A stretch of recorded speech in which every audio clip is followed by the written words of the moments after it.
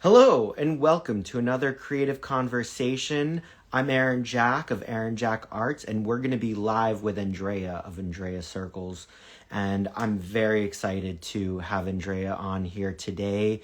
We have been in contact and have had many interesting conversations over the years, and we had a great one back in 2022 or something like that.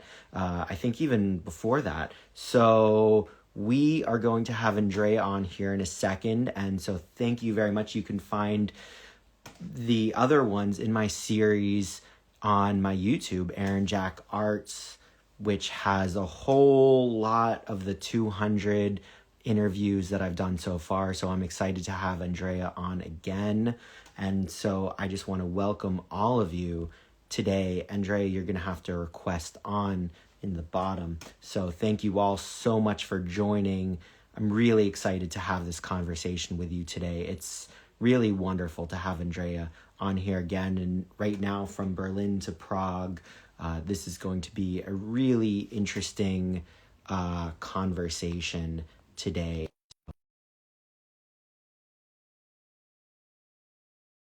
Joining. Make sure to check out the other interviews from the series on my YouTube at Aaron Jack Arts. There we go. Hi. Hi.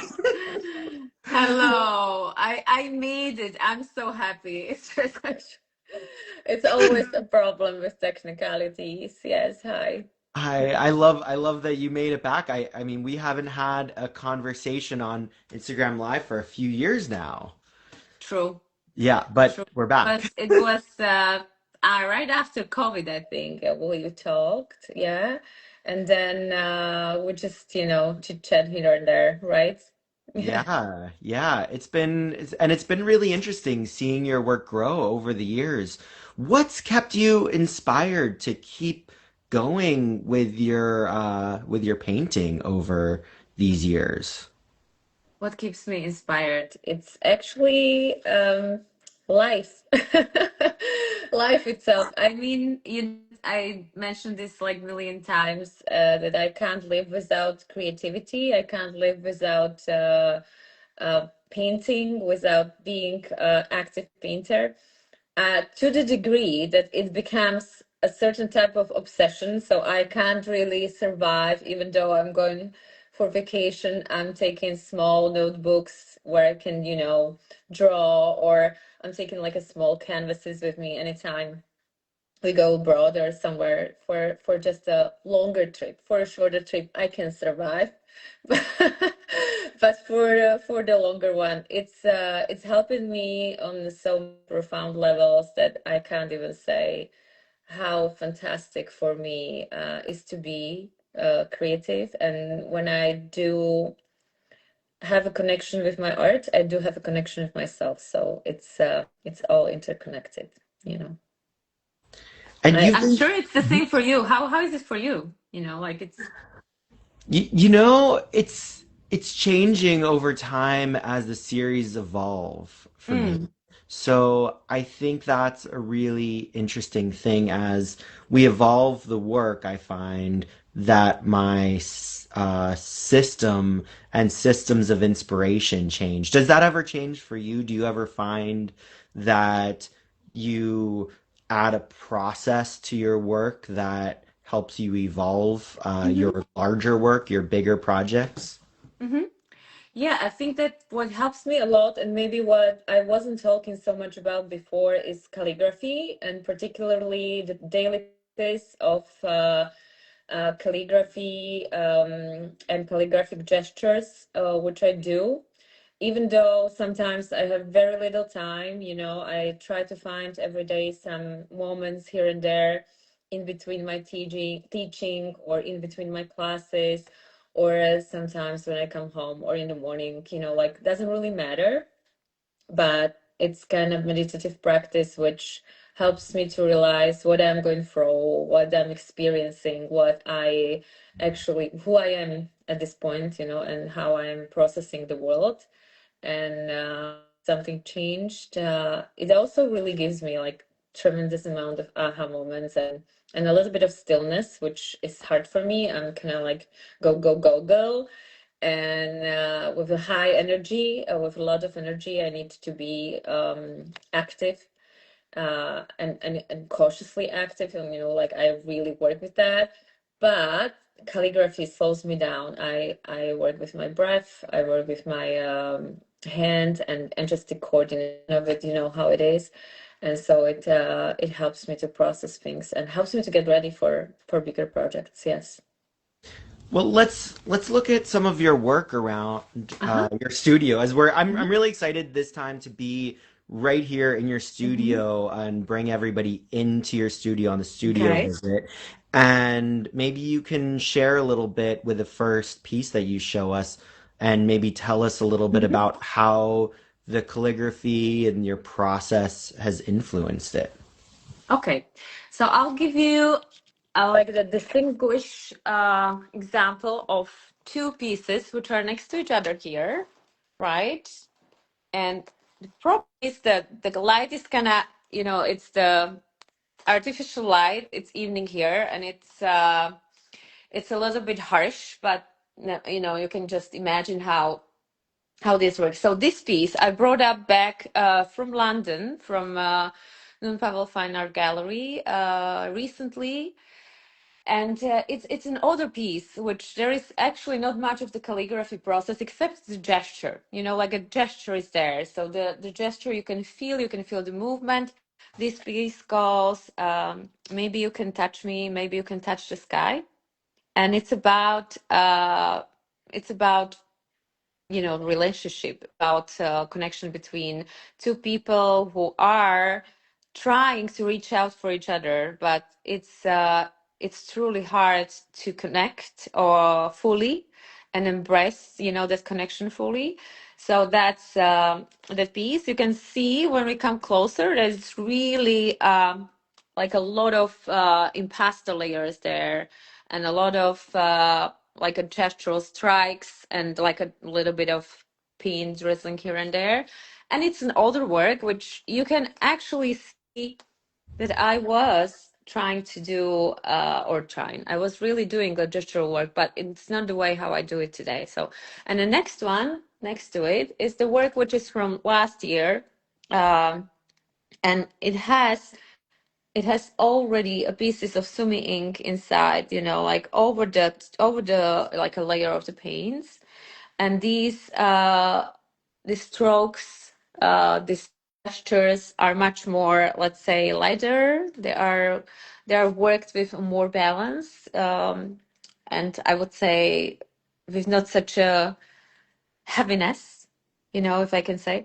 And these are a little bit, for me, it's actually more pleasant to look at, even though it's completely different work, but it has a quality of interconnected streams, and I mean you can probably see it, but I'm not sure how close it should go. And so here, these are like two distinguished pieces that I would say that are quite different. Here are works which is part of the collection of the black canvases I was sending to India last year for Mission Zero Hunger and my art residency there. And these two works are completely different, with a lot of marking, a lot of calligraphic aspects to it, with a lot of light, a lot of depth in it. But this depth actually makes you almost like humble, because it's all multiverse. Like, I don't know if you can you see it properly? Yeah. Yeah, yeah, yeah. Are you reworking any of it, or is this just, I or is did. this? I did Hmm. rework recently one of those pieces from this collection. The three of them actually stayed in India. So they are there still in Amoha Gallery in Delhi, in New Delhi, and four of those, which I exhibited here in Prague, they stayed with me. Some of those pieces I have right now in one of the let's say clinic clinic, which is like a modern clinic for cardiology and dermatology in the city center, which is like the exhibition people can go see, and it's very beautiful there because it's all like white gallery walls, and it's nice, really. So it has like a because it's a large work, it's all large work on canvases, 3 meters tall and meter and a half wide width, yeah, width. So it's hard to store it, and I have plenty of storage here, but still not enough. You can imagine how that is. You know. I do. I definitely can imagine this. Um, so so what in how did you get into the gestures and go further into your gestural work? Because you were speaking about how your gestures have changed over time. Mhm. Maybe you could speak a little bit about how and why your gestures have changed within your work. Okay. And it comes together with the natural evolvement of me as a person and me as my, painting skills, evolved from the point of being academically educated. I was being academically educated, and after my university, I actually felt that I'm following I'm following the path which I was taught to be followed, right? And so I didn't like that. I did not like that, and I was trying to find my own voice. And it still was, a lot of work, a lot of hours in my studio, but it was still heavy. Like I feel that I was working with oils, so very different technique. I wasn't using mixed media. I was working with heavy textures, heavy impasto layers. So it was all very painterly, but it wasn't so light. Like, let's say it was like heavily impasto layered paintings, which I loved back then. It was probably also connected with who I was, like a lot of people would say that I was heavy painting, or also it was a painting which was maybe making them feeling heavy. And so it's not like that right now. I would say that it all changed with my son when he was born. I was practically forced to practice watercolors because he wasn't sleeping very well. He wasn't he really needed my attention. So of course he was a baby, he needed mom. And I realized that my practice, was is going to change drastically, and a lot of curators or people from outside the world were telling me, like, you're not going to exhibit anymore because you're a mom right now, so just forget it. But after it took me a long time to actually deal with that feeling, and I realized, all right, so let's do it differently. And so I did like a small formats, small things, very light, watercolor things, very fluid. I was just playing around. And from playing around, as you know, it's coming the best thing ever. So when I played around, I discovered that this is what I like. I like to be free. I like to be not pushed from creators to actually do something what they want, as it's in line with the theme of the work they want to do, and so on and so on. And so I did implement that into my practice. And so naturally, my gestures became more light and more, let's say, uh, just more spontaneous, more fluid, I was more fluid. I was more adjusted to a world. I was more, a painter who's been inspired by out there, like not only from my brain and from my thoughts and from I was taught. And I think it really actually helped me, in a lot of ways. So I gave up the academism, but the academism stays in me, if you know what I mean. Like it was there still. I used it. I used it for good. But as we say, as Picasso said, practically, you have to have the rules. You have to know the rules so you can break them. So I break all the rules possibly, and I'm layering everything what I want in my mixed media technique. And everyone is asking, so you can do that? And I said, yeah, why not? so, so this is how it is, you know. So um, I like it the way it is right now because I feel more free and I feel more aligned with myself when I do create more freely, I would say. Yeah. How did you tap more into your freedom and your flow within this new style that you've evolved into? Like what was that what was that you were able to see in your mind as you progressed? You know what I was actually, it's very interesting idea. I actually, or question, I would say that I wasn't feeling like, I wasn't thinking about it. I thought less and practice more. And with that practice, I became a part of the process and I was just guided, you know, in a sense. And then I stepped back and I had a conversation with my painting, and the painting was talking to me a little bit, you know. So we had our private moments here, and then from that, you know, I realized, yes, okay, oh, this is still heavy, you know, it has to be painted, and those things, you know, can be done differently. Let's just do it. And I wasn't afraid within myself to destroy the work and do it all again, you know. Before, it wasn't that case, you know. First of all, it was oil work, so I couldn't really repaint it. And second of all, I thought that you know, I just have to, I had that in me. Like I want it to be perfect on the first sight. Like I can't destroy my work. It's too bad. And then I had all these feelings about letting my painting go to the other people, you know, sell it. I don't have this anymore. I mean, I'm not saying it's good or bad. I just don't have it. I can sell any painting practically.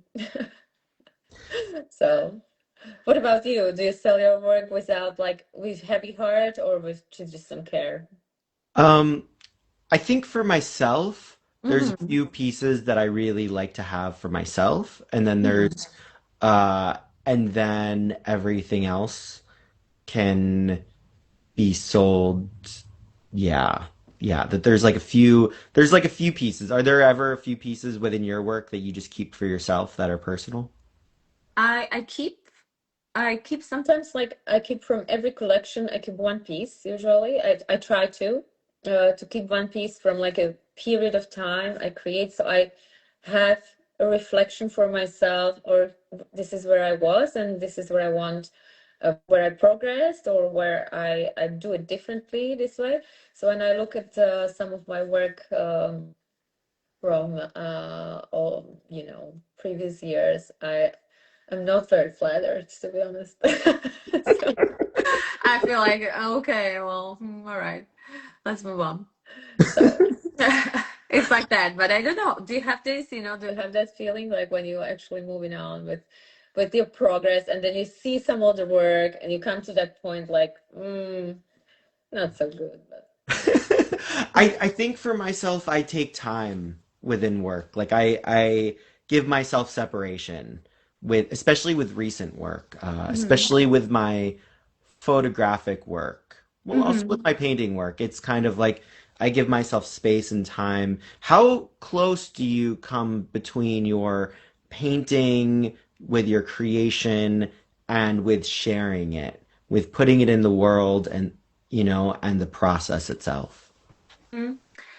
Yeah, well, I think that we might talk about it before, two of us, but I'm just gonna repeat that because it's probably difficult for every artist, and a lot of my friends would say that when they see my paintings, or you know, even people who come to my shows, they see and feel who I am. Like they can feel who I am. That actually the paintings are part of me. Like the way how I touch the world. That's how I touch the paintings, and that the paintings touch them, uh, which is a very fragile position Because then you feel like, oh, like, all right, so everyone knows who I am right now. Like everyone knows what I'm trying to say, or everyone knows or might know what I'm feeling. Um, but I came to the point of my life that I just don't care anymore. I mean, yes, it was a time in my life when I actually felt almost like naked and completely exposed when I was exhibiting. But at the same time, like I say, let's just, do it. When it comes to the point where these things actually can bring people light and or can stop them for a second and they can think about something new, or they can actually take a thought or a feeling with them home. So it's fantastic, like I love it. I love it. Maybe you can show us some more paintings in your studio that you feel connected to a thought or a feeling that is really pertinent, you feel like, in the world right now for yourself. Okay. I have few, yeah, I can show you. Okay, hold on just a second. Yeah, I'll take a phone with me. Okay, so perfect. there is one. It's also a painting I brought. I don't know. Can you see it? Yeah. Yeah, yeah, yeah. And also bring us closer in so that we All can. right. I can bring you Mhm. closer. Okay. Can you see? Yeah. Yeah, yeah, yeah. And so this painting is the name of it is "Look for Me, I'll Be in the Garden," and that painting is about my escapism, about me being able to get completely lost in my feelings and thoughts, and like to be able to actually disappear from my world, from the world, around me, and just get myself, so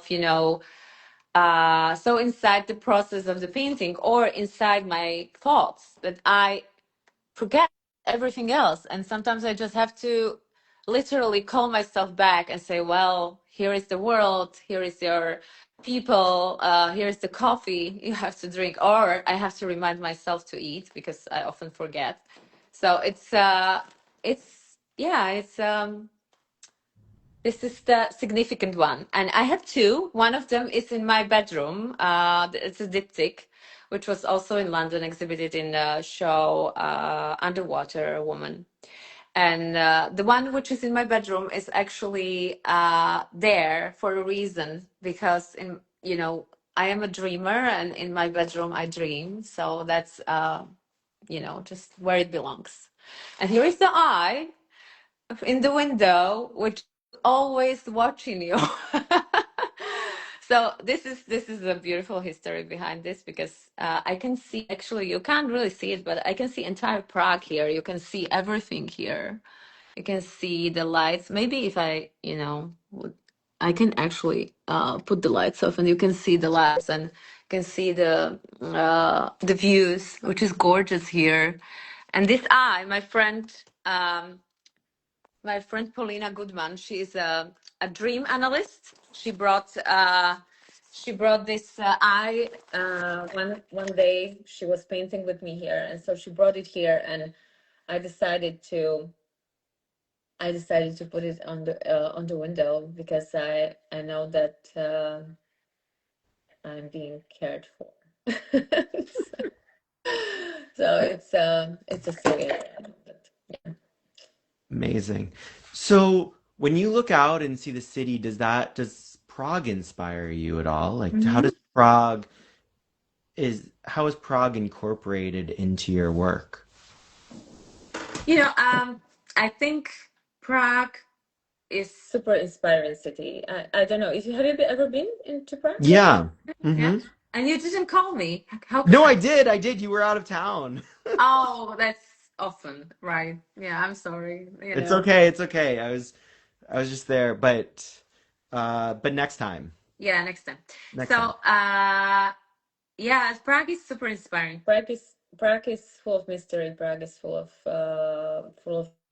full of beautiful places where uh, there is a secret, there is a mystery, there is magic, especially at night. There are always some beautiful places that people don't know about, and I keep discovering here over the years I live here.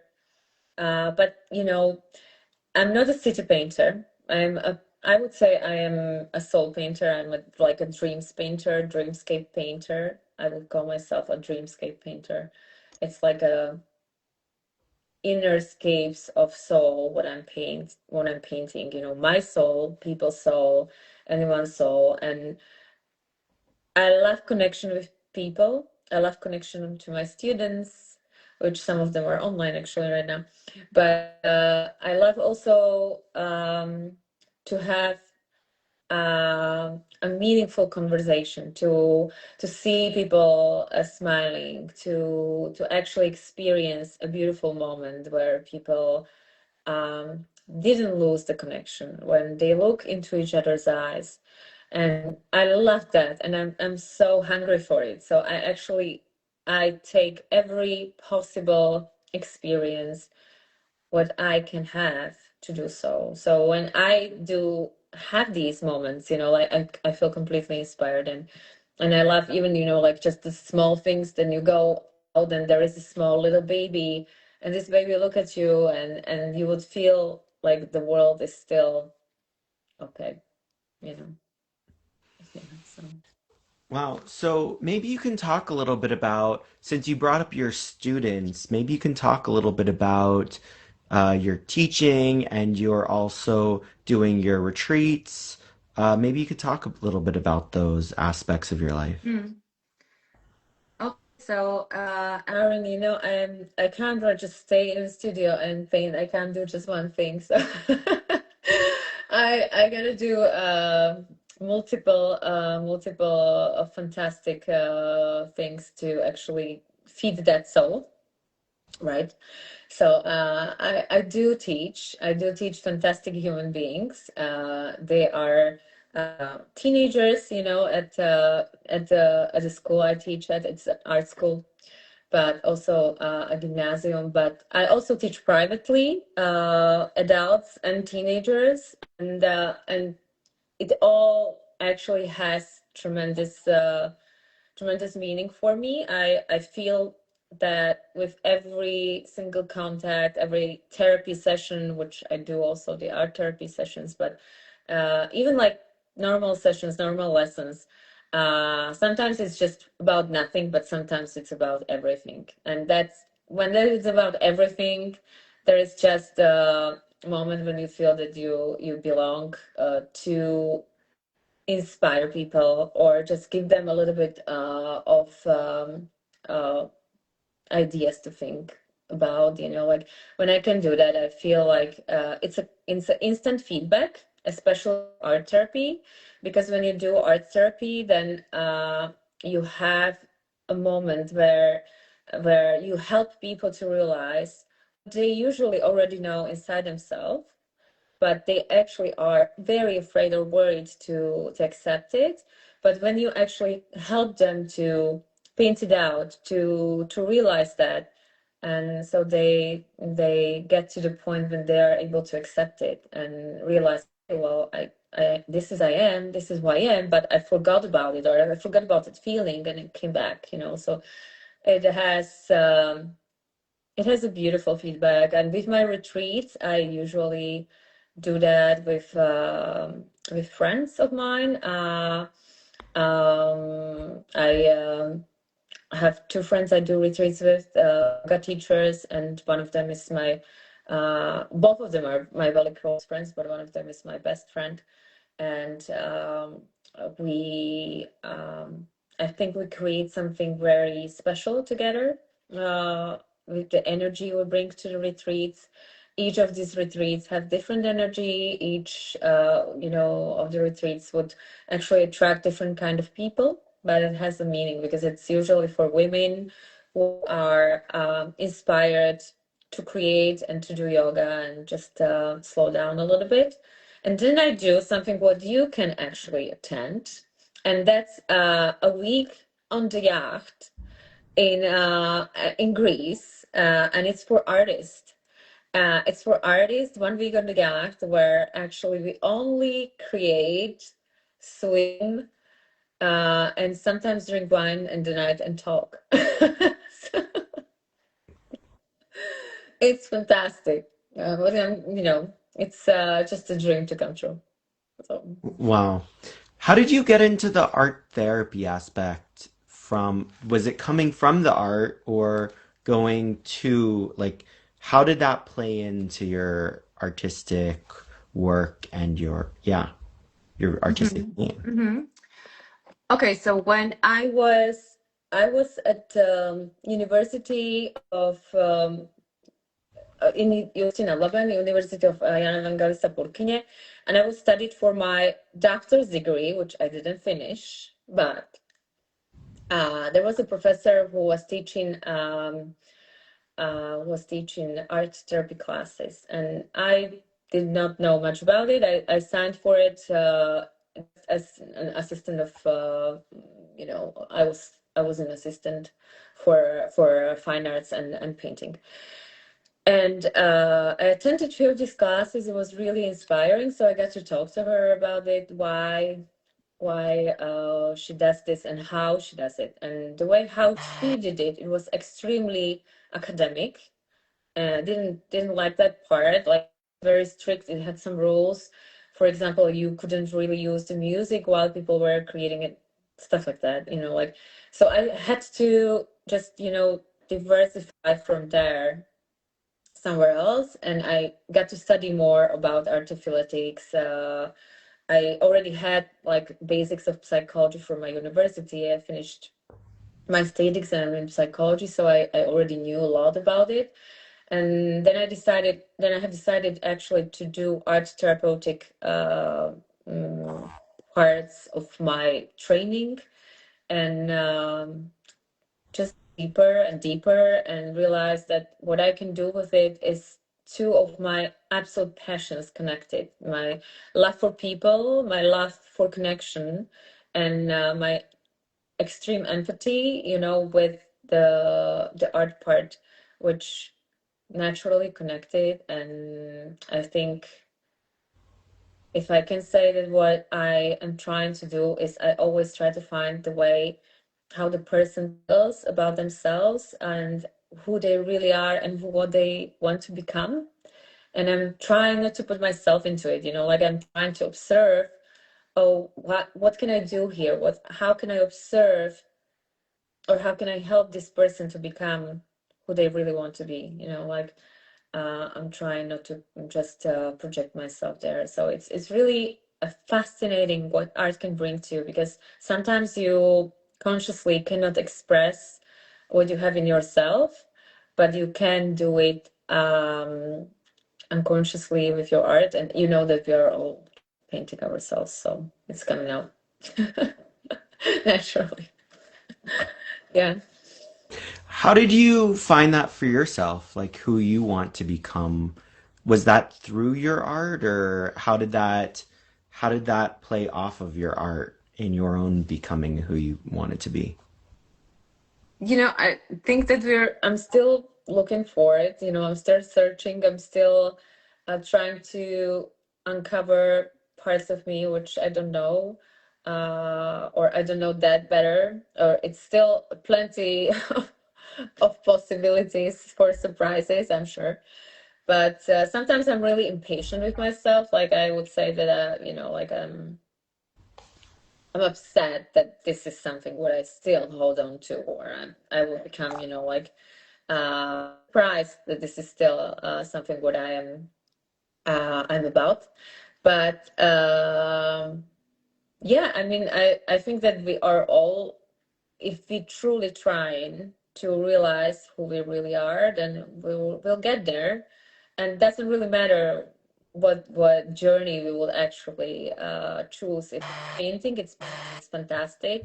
But if it's something else, if it's I don't know, other types of therapies, all kinds of organic medicine, or whatever journey you decide to do, and it's helping you, and you know that it's helping you, and you hear the calling, then do it.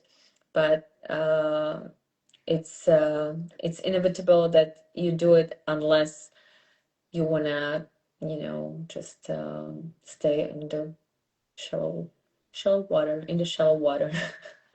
And so definitely painting helps me with that, like I mean, painting helps me with so many things in life and in my soul that I'm profoundly humbled how deeply it affects me on so many levels. How is it for you? Do you have that too?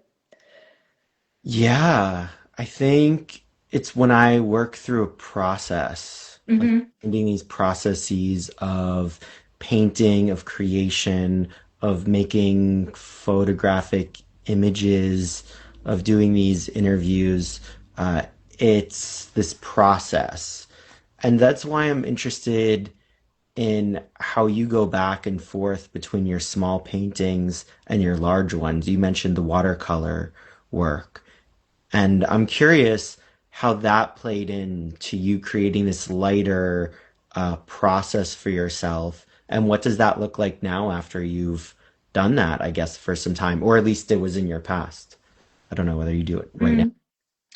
I think you know what my watercolor stuff implemented into the big paintings, large canvases, because I actually implemented into the layered work. So I start with watercolor or with inks, and then I layered it with acrylics and pigments, and sometimes even the oils on the top. So I still work with watercolors, but I implement those hours of practice into the canvases that way. And as far as for small or large formats, I usually work with smaller formats when I do calligraphy. It's just this kakemono sheets which I use, and they're adjusted in brocade, like, so it's really gorgeously Japanese style adjustment, gorgeous, beautiful small format piece with the rice paper. Usually it has like a, can show you actually. Yeah, please. So it has like a particles of gold in it. And so this gold supposedly brings happiness and abundance to a person. So when you buy these, actually, and you will experience the everlasting abundance. Okay, show you. Uh, Here we go. So here is one, right? So you can see the piece, which is, but then I come closer to the paper. Hold on, just like that. Hard to do it with the phone like that. Yeah, you can turn around you can turn the Ah, okay, little right. You're right. thing. Hold on, I'll do it. Yeah. Did I do something wrong? Yeah. Oh, Okay. there you go. Yeah. See? Hmm. So it has like a particles of gold, and there is the brocade, which and then you can hang it like this, So I mean, it's just the one, and I have plenty, of course. And there's this one, uh, here, the big one, which you can see over there. I have plenty of the sheets like this, and some of them are in Norway. The people bought it from Norway.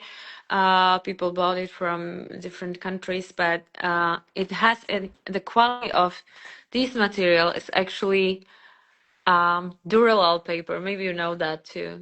It's a see-through, transparent type of sheet, and then because it has a quality that it's adhesive, and actually you can you can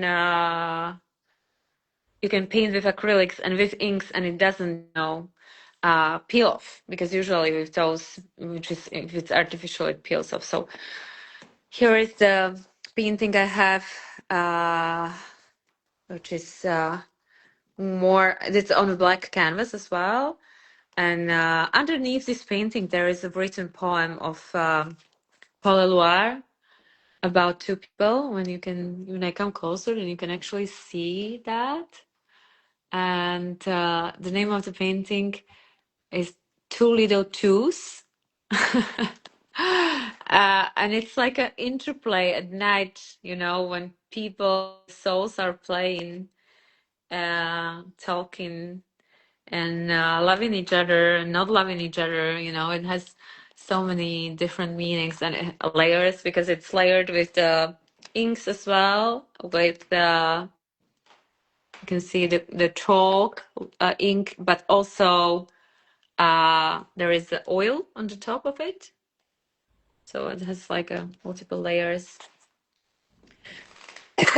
Here is the painting from last year I recently exhibited, and the gestural calligraphy is actually there, even though it's not calligraphic on the first sight, but it has a quality of calligraphy here and there, and the movement of the birds flying of the hurt, I would say, yeah, in the sky, yeah, right. You can imagine the sky and the birds flying off. So, yeah. Do you have any of your sketchbooks that were talking about earlier? I don't think I have it here. I think I have them home. Mm-hmm. Usually, like the old, especially, and usually with each of my trips, I bring the sketchbook with me. So, like from each of my trip, I have a small sketchbook. Usually, when I visited Pacific coast, and I have a huge sketchbook there because of the waves and all the beautiful inspiration I have there. It's how I love Pacific, right? So it's gorgeous. It's gorgeous. Wow. What's taken you to the next level with your sketchbook practice? Like what are elements to your sketchbook practice that you feel are important to you that you've Mhm. learned over the years?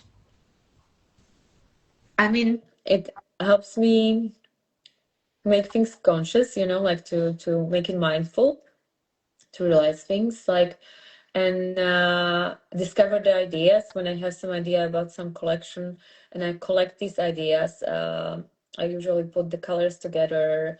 I have more of the imagination how I can put the color and the collection together if I want to exhibit in one part for one show. And so it has the quality of like having it's broadening your ideas and your horizon. So just like you're having the ideas and the idea is popping up here and there, and then you just put it together, and then one page is just writing, okay, here what I can do, and there's the installation process I can do and how I can do it and how you combine these things together, so the whole picture is coming together with that. It helps me to visualize that perfectly, especially when I do like some bigger projects. Because of art therapy and art I do, it naturally led me to create some meaningful installation, which is about relationship toxicity and violence. So Ivana Dostalova, photographer and neuroscientist, my colleague, and me, we created a project called The Traces of the Unseen, which you would be actually super interested about because it's a calligraphy. The processual calligraphy is on the body.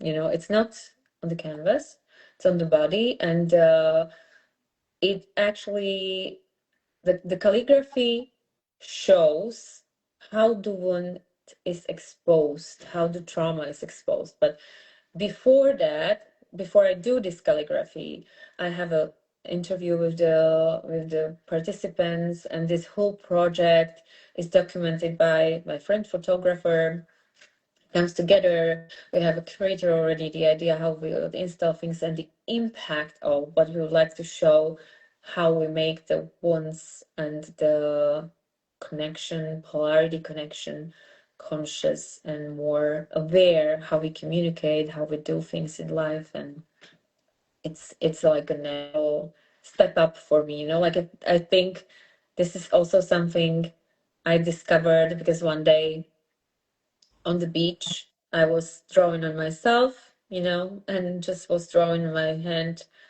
and realized that I like that a lot. And then I realized, well, what does it help me with? It helps me to make things a little bit more um, conscious, to realize what I'm feeling, to acknowledge them. And so naturally it led into that idea of the project. I approached Ivana, and now we have a project with a creator which we're going to present to the world soon. And it has so many layers. I mean, I can talk about it a lot because it's my it's my heartfelt thing, but um, you know. What did you learn while you've been in the process of making this work? Because it sounds like quite a process that you've gone through. You mean this last project? Yeah. What have you learned in the process of going through it? Okay, so what I learned, or what I would realize over and over, the story was repeated again, that no matter how hard we try, or how we want ourselves, there is still a blind spots we don't see, and there is only possibly to realize them or to acknowledge them by a third party, or the third person, helping us to make things a little bit conscious, or the situation which is also third party. But sometimes we think how fantastically we are doing and how things are great, until a breaking point, right? Or trigger, or just a small thing that helps us to realize, well, this is probably an illusion, or this is just something what I'm projecting. So um, this was something what I repeatedly realized while having these interviews with the woman, and the momentum of that feeling, how trauma actually is in the body, and how it lives in the body, and how painfully uh, it's sitting there, and sometimes it's just sitting there for years and wants to get out, and we help, we on contrary, we push back and push back and push back. And then one moment it comes, that feeling, okay, I'm ready to get it out. And the body is super, super smart, and super, it talks to us, and we don't listen sometimes. So this is what I realized, like, it was a very beautiful project. Very painful, very beautiful at the same time, but it taught me a lot. I mean, I can talk about it for ages, but there is the second part of this project, which was where we call all the participants, the women, which willingly actually participated in the project, and we took them to the nature, and they shared their experience over a half a year, how their situation changed, and how we helped them to make the trauma conscious. So it was beautiful. It was really beautiful. And the power of sharing, like the sharing of the experiences. How did the art play into the uh, the process and their processing? What really helped them to stay strong, I would say, was the art. Because one of the participants, for example, one of my friends, she came to my studio. We did the session. Ivana took the pictures, and I was painting her, and I was listening to the story, and it was silence. I was painting her body, and I painted her face, painting her uh, chest area, her hands, the entire upper part. And she said, well, after, like I said, you can either take it off, it's ink, or you can keep it. So she kept it. She went out like that. And she said, so I was walking through the mall. People were staring at me, and I felt like a warrior. I felt like a tiger, like a beautiful tiger. And I said, okay, it's gorgeous. So it's fantastic, you know. It's I think that the beauty of it, you know, like inevitably affected everyone. The beauty of the process, but the beauty of the effects of the aesthetics, you know, like everything together. Like this is me, I'm art for now. I'm art, and I can actually believe I'm art, you know? So it's amazing.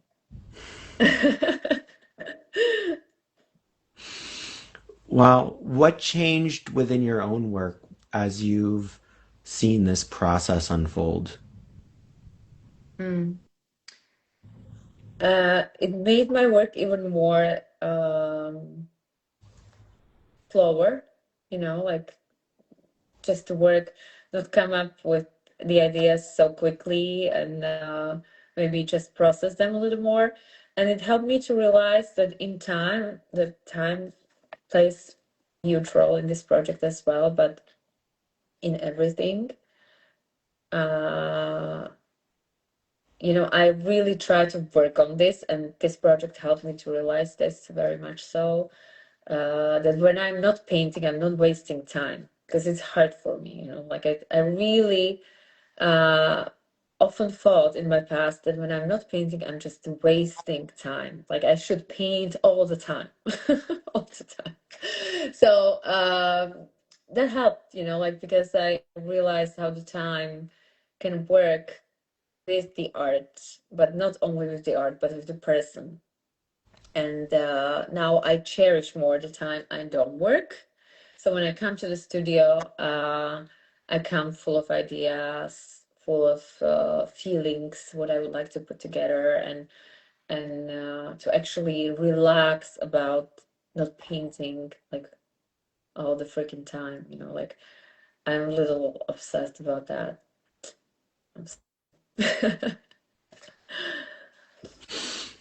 Yeah, thank you so much for sharing. I think we're wrapping up here in the last few minutes. I just want to share with our audiences that this will be available on YouTube and maybe some other platforms in the future. You can find me and my channel at Aaron Jack Arts, AARONJACKARTS, where you can find the archive where I've interviewed over 200 other people in the art world and cultural leaders of all different types. And Andrea, where can everyone find you and all of your works and anything else you might like to share?